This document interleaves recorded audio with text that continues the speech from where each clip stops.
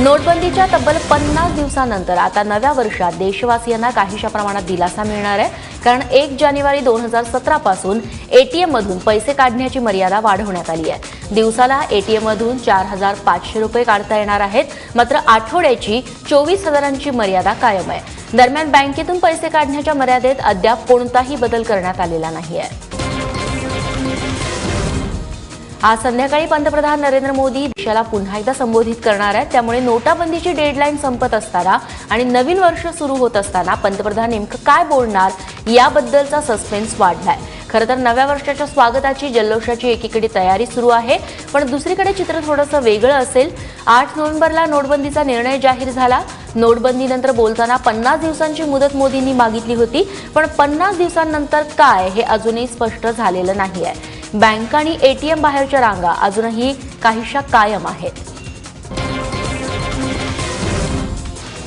Cashless इंडियासाठी पंतप्रधान नरेंद्र मोदींनी भीमपाऊल उचललेलं आहे। डिजिटल व्यवहार अधिक सोपे करण्यासाठी भारतीय संविधानाचे जनक डॉक्टर बाबासाहेब आंबेडकर यांच्या नावानं भीम ॲप विकसित करण्यात आलंय। नवी दिल्लीत डिजिधन मेळावा या कार्यक्रमात पंतप्रधान मोदींनी भीम ॲप लॉन्च केलं।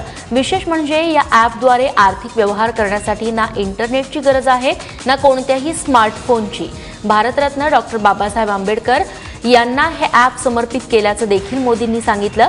या भीम ॲपच्या माध्यमातून केवळ अंगठ्याच्या मदतीनं पेमेंट करता येणार आहे।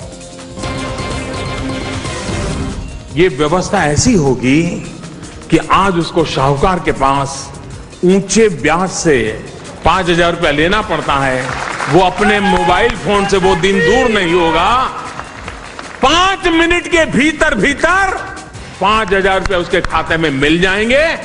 ये ई बैंकिंग की व्यवस्था डेवलप होने वाली है।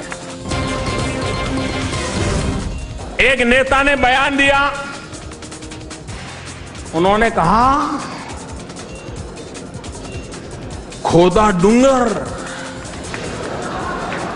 और निकाली चुहिया। भाई मुझे चूहिया ही निकालनी थी, वही तो सब खा जाती है चोरी छुपी से।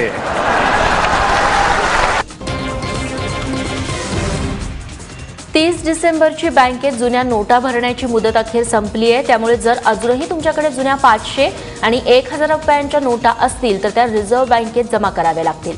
त्यासाठी तुम्हाला प्रतिज्ञापत्रही लिहावं लागेल, ज्यात तुम्ही आतापर्यंत नोटा जमा का करू शकला नाहीत याचं कारण द्यावं लागेल।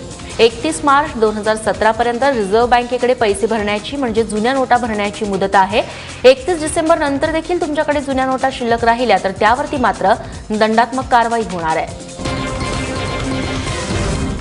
नोटबंदीनंतर बँकेत जमा झालेली 4 लाख कोटींची रक्कम संशयास्पद असल्याचा दावा आयकर खात्याने केलेला आहे, त्यामुळे आयकर खातं अशा सर्व खातेधारकांना नोटीस पाठवण्याच्या तयारीत आहे। हा पैसा बहुतेक कर चुकवेगिरी करणाऱ्यांचा असल्याचा अंदाज आयकर विभागानं बांधलाय।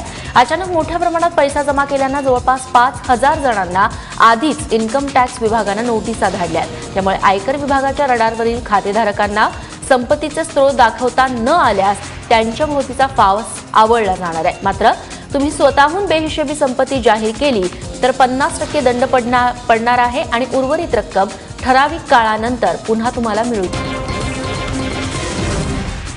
समाजवादी पक्षाचे अध्यक्ष मुलायमसिंग यादव यांनी मुलगा आणि राज्याचे मुख्यमंत्री अखिलेश यादव यांना पक्षातून 6 वर्षांसाठी निलंबित केलंय। उत्तर प्रदेश निवडणुकीच्या पार्श्वभूमीवरती प्रदेशाध्यक्ष आणि मुलायम यांचे बंधू शिवपाल यांनी 300हून अधिक उमेदवारांची यादी जाहीर केली, ज्यात अखिलेश यादवांच्या समर्थकांचा पत्ता कट करण्यात आला होता। त्याला उत्तर म्हणून अखिलेश यांनी 235 उमेदवारांची स्वतंत्र यादी जाहीर केली। त्यामुळे संतापलेल्या मुलायमसिंग यांनी पत्रकार परिषद घेऊन अखिलेश यादव आणि चुलत बंधू रामगोपाल यादव यांना पक्षातून 6 वर्षांसाठी निलंबित करून टाकलं। आता अखिलेश यादव काय भूमिका घेतात याकडे सर्वांचं लक्ष लागलंय।